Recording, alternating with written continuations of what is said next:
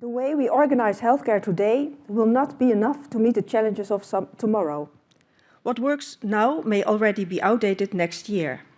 The question is, are we ready for what's coming? Good afternoon, everyone. I apologize in advance for any possible coughs, sneezes, or snivels, because I caught some annoying cold somewhere between Amsterdam and Athlone, so I hope it don't bother you too much. I'm honored to be here today. First, I would like to say many thanks for this invitation. My name is Ester Cardinaal, and while my background is in law, my true passion lies in governance. Throughout my career, I have witnessed both the immense potential for innovation and the resistance that often holds us back, and how critical it is to see around corners before it's too late. One thing is clear: we can't afford to stand still. That's exactly why we're here today. We need to anticipate, adapt, and transform healthcare to meet the challenges ahead. Let's explore how we can do that together. The world is changing faster than ever before. Let me ask you, how many of you have the impact of workforce shortages firsthand? How many of you have experienced the pressure of digital transformation in healthcare? These are not abstract problems. They are the reality we face every day. Aging populations, staff shortages, technological disruption, rising inequality, and geopolitical uncertainty. These forces are reshaping healthcare, whether we are ready or not. The question we must ask ourselves is, will we lead the change, or will we be forced to react to it? Let me be clear. We cannot afford to continue as we always have. If we try to meet tomorrow's challenges with yesterday's solutions, we will fail. The world is evolving, and so must we, as individuals, as organizations, and as an entire sector. This is not just an opportunity for change, it is a necessity. The central theme of my presentation today revolves around our collective effort to make healthcare future-proof. It's about adapting our healthcare systems to meet the rapidly evolving internal and external changes we face. I hope the insights will prove helpful as you navigate the transitions currently underway here in Ireland. If you have any questions or would like to explore specific aspects of my presentation in greater detail, please do not hesitate to contact me during the breaks or via LinkedIn. I would be more than happy to discuss these topics further. As I mentioned earlier, this object is very close to my heart, and I truly enjoy connecting with others with the same passion and dedication. I was invited to contribute to this conference by sharing insights from my recent dissertation. My research, conducted at the Faculty of Medicine at Radboud University in Nijmegen, focused on the governance of AMCs across Europe, with a particular emphasis on the Netherlands. This work was undertaken alongside my role as Managing Director at Radboud University Medical Center, where I had the privilege of working for more than 12 years. Over the next half hour, I will first give you an overview of how healthcare is organized in the Netherlands, along with some key patient data. Then I will take you through some important lessons learned from my research, and finally I will conclude with the latest developments and ongoing discussions surrounding the organization of healthcare in the Netherlands. The Dutch healthcare system has a strong foundation, with general practitioners playing a crucial role in primary care. However, even a well-developed system is not immune to change. The workforce is under severe pressure due to shortages and a new generation with different work-life balance expectations. The demands on GP services and hospitals are increasing, and the balance between quality, accessibility, and cost is becoming harder to maintain. To serve its 17.6 million inhabitants, the Netherlands has developed a diverse hospital network which includes more than 70 hospital organizations operating across multiple locations. AMCs are large institutions that provide highly specialized care, conduct biomedical research, foster knowledge development, and drive innovation. Collectively, the AMCs employ over 80,000 people. This slide shows FTEs, by the way. And they generate an annual turnover exceeding over 8 billion euros. Top clinical hospitals offer both primary and specialized care that requires advanced facilities. They often collaborate with AMCs and other hospitals, train medical specialists, and contribute significantly to scientific research. General hospitals primarily focus on regional primary care. These smaller institutions typically do not have the specialist teams necessary to manage a broad range of complex illnesses. In addition to these hospital categories, the Dutch healthcare landscape also encompasses various outpatient clinics, specialist hospitals, and independent treatment centers. AMCs differ from other hospitals in several important ways. Firstly, they maintain a formal partnership with the university. Secondly, their roles in specialized patient care, research, and the provision of education and training are defined as public duties and formally established by law. To fulfill these responsibilities, AMCs receive substantial and dedicated funding that is not available to other hospital organizations. And as you can imagine, this is a sensitive issue for other hospitals, especially the top clinical ones. The patient data 2024 underscores the growing strain on the Dutch healthcare system. In recent years, we have observed a consistent upward trend across almost all hospital types in the number of patients, initial outpatient clinic visits, day treatments, and inpatient admissions, as well in the number of patients requiring high-cost medications. Outpatient clinic visits have jumped by approximately 11% since 2020, with nearly 800,000 additional visits across all hospital types. Day treatments have surged by around 13% overall, with a striking 27% increase in general hospitals, while inpatient admissions have grown by only 6%. This shift from inpatient care to more day treatments and outpatient visits indicates that the Dutch policy of dehospitalization is starting to pay off. Nevertheless, there remain critical voices pointing out the gap between current outcomes and what truly meaningful care should look like. Patient experiences indicate areas in need of improvement. Reports suggest that about 7% of cases involve unnecessary surgeries or treatments. Nearly 1 in 5 cases involve unnecessary medication, around 1 in 5 cases involve over-medication, and roughly 9% of cases include unnecessary diagnostics. These findings highlight significant opportunities to enhance the organization and delivery of healthcare in the Netherlands. If we want to future-proof healthcare, we must also address the financial reality. In 2023, Dutch hospitals reported their lowest financial performance in years. AMCs in particular are under increasing pressure due to proposed cuts in research and innovation budgets. A sustainable financial framework is not just about keeping hospitals afloat. It's about enabling smarter care, innovation, and better workforce management. The question we need to ask is, what kind of financial model will truly support the transformation we need? A robust financial framework for our healthcare system is built on several key elements.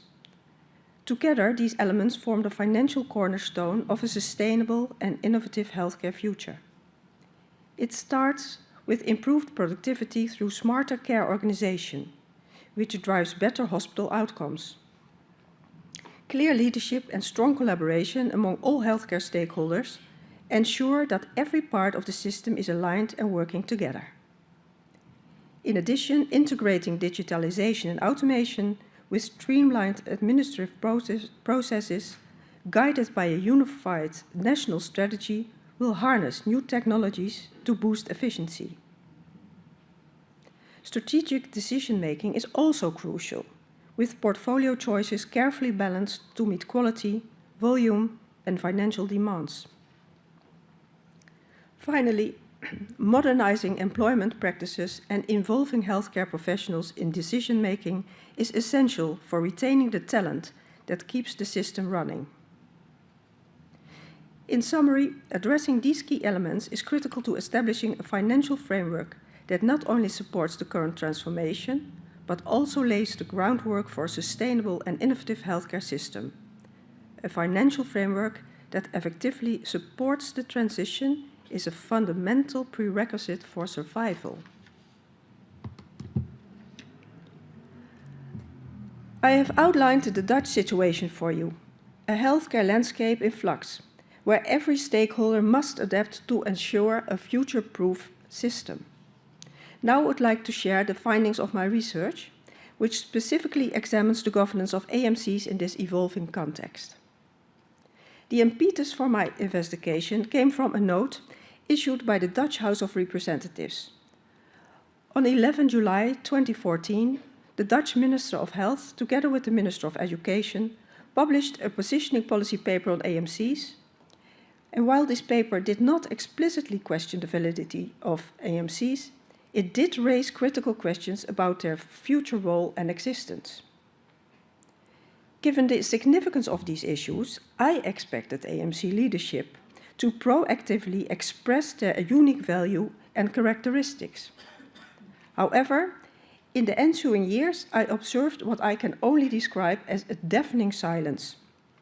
If any actions were taken, they were not made visible to me nor the broader public. Public debate and opinion pieces in magazines grew increasingly critical, scrutinizing both the efficiency and the very number of AMCs in the Netherlands. These discussions have highlighted an urgent need for AMCs to clearly demonstrate their value and adapt their organization in an ever-evolving healthcare environment. My initial research began with a literature review, and it quickly became apparent that there was a significant gap. Very little academic research has been devoted to the governance of AMCs. The second phase of my research involved an international comparison of several European AMCs. In collaboration with experts from the European Observatory on Health Systems and Policies, I examined various challenges and circumstances faced by AMCs across multiple European countries. These organizations, often regarded as powerhouses within the healthcare sector, might appear immune to external pressures. Yet, like all institutions, they are grappling with rising costs, rapidly advancing technological developments, growing workforce gaps, an aging patient population, and so on. Internally, they contend with issues such as an aging workforce, the challenges of managing multiple generations of employees, and the evolving nature of organizational and governance structures in healthcare. So even these influential institutions are being compelled to adapt to a rapidly shifting landscape. Despite the diverse context and the lack of a universal definition of an AMC, my study found that European AMCs largely face the same governance challenges.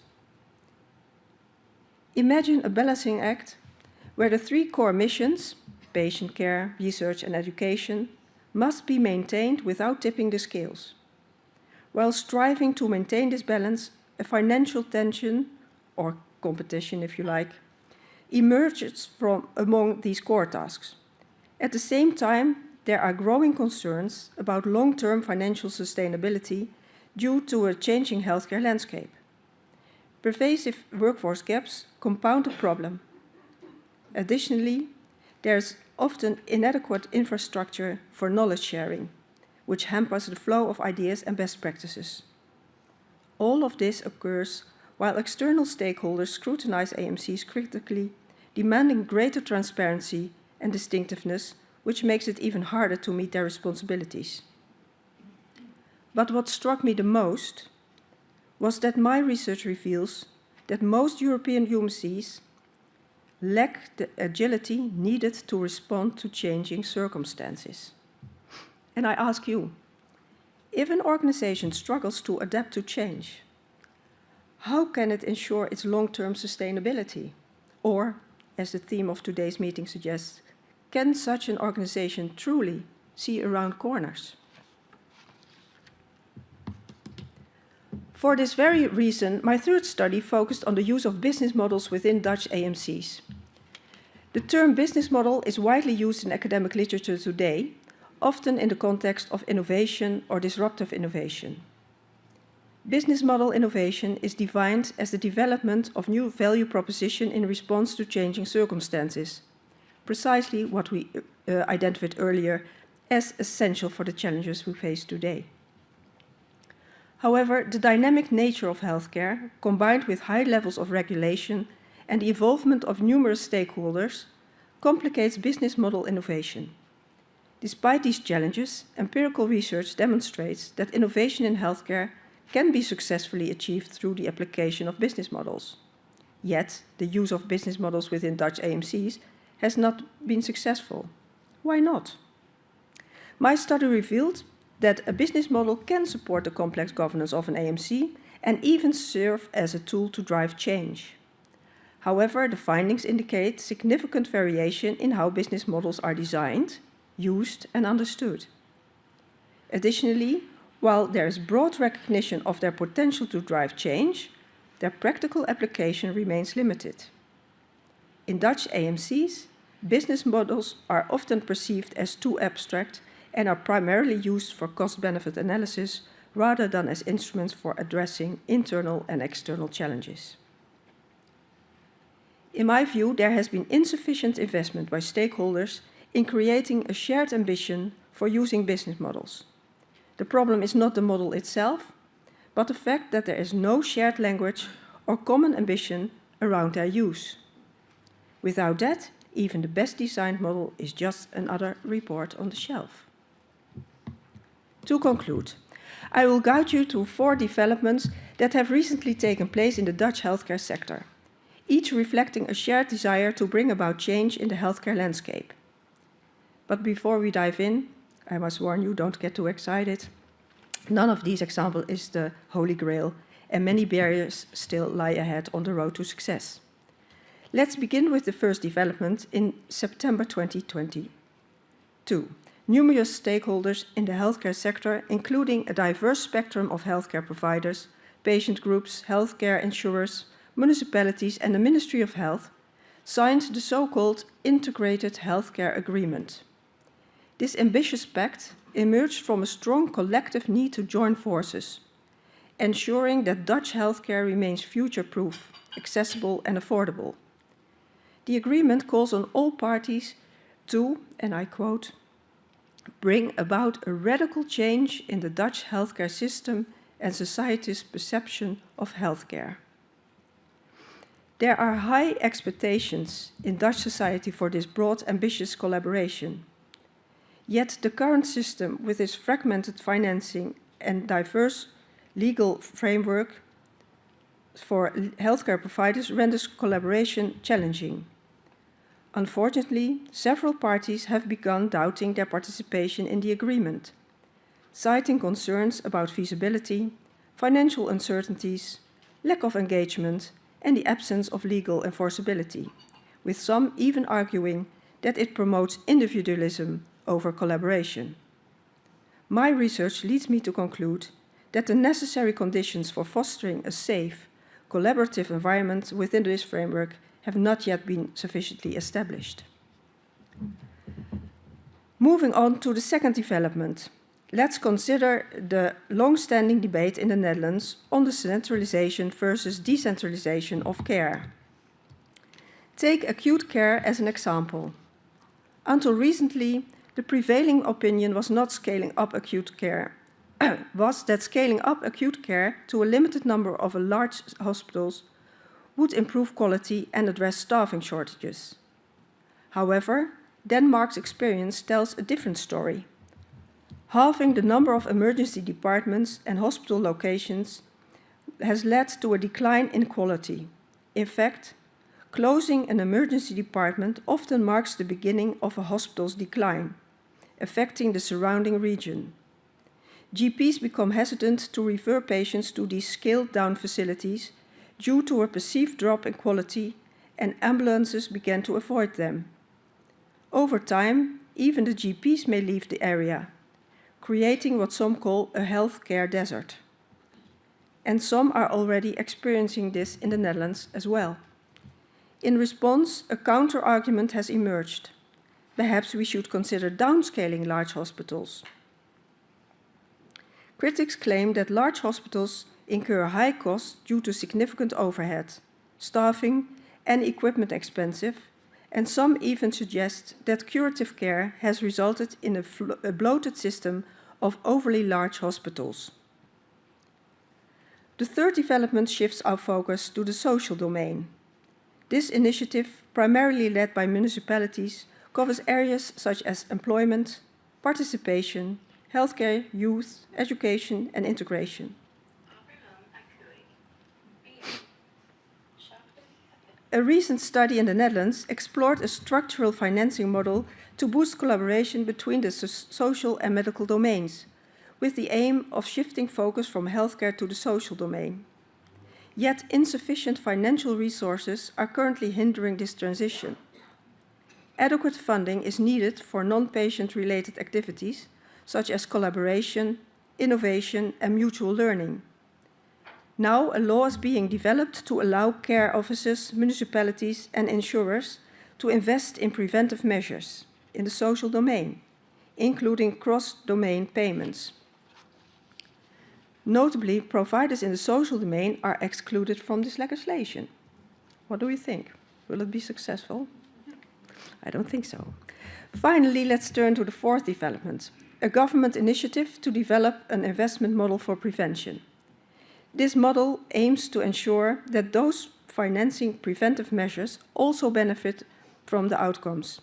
It explores ways to clearly define and distribute risks among the involved parties, allowing both financial and societal benefits to be realized fairly.